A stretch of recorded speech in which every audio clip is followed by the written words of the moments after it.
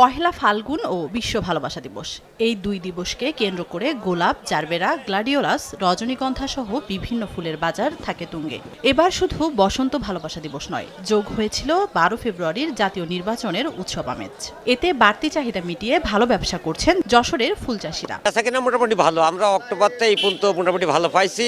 একটু হয়তো দাম কমে থাকবে, আবার যদি পরে থেকে আবার কিছু বাড়বে, এইভাবে যাচ্ছে বুঝছেন।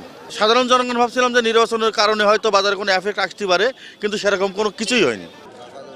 চাষি ও ব্যবসায়ী নেতাদের দাবি, ভালোবাসা দিবসকে ঘিরে প্রায় 12 কোটি টাকার ফুল বিক্রি করেছেন তারা। সব মিলিয়ে পুরো মৌসুমে কাঙ্ক্ষিত লক্ষ্যমাত্রা অর্জনও সম্ভব হয়েছে। আমাদের যে লক্ষ্যমাত্রাটা ছিল যে আমরা 100 কোটি বা 115-20 কোটি টাকার ভিতরে আমাদের ফুল বেচাকেনা হয়ে থাকে, তো আমাদের যে বাজার আমরা পাচ্ছি, আমি যেহেতু আজ 30 থেকে 35 বছর এই ফুলের সাথে জড়িত, তো আমি এত সুন্দর বাজার আমি আর কখনোই দেখিনি।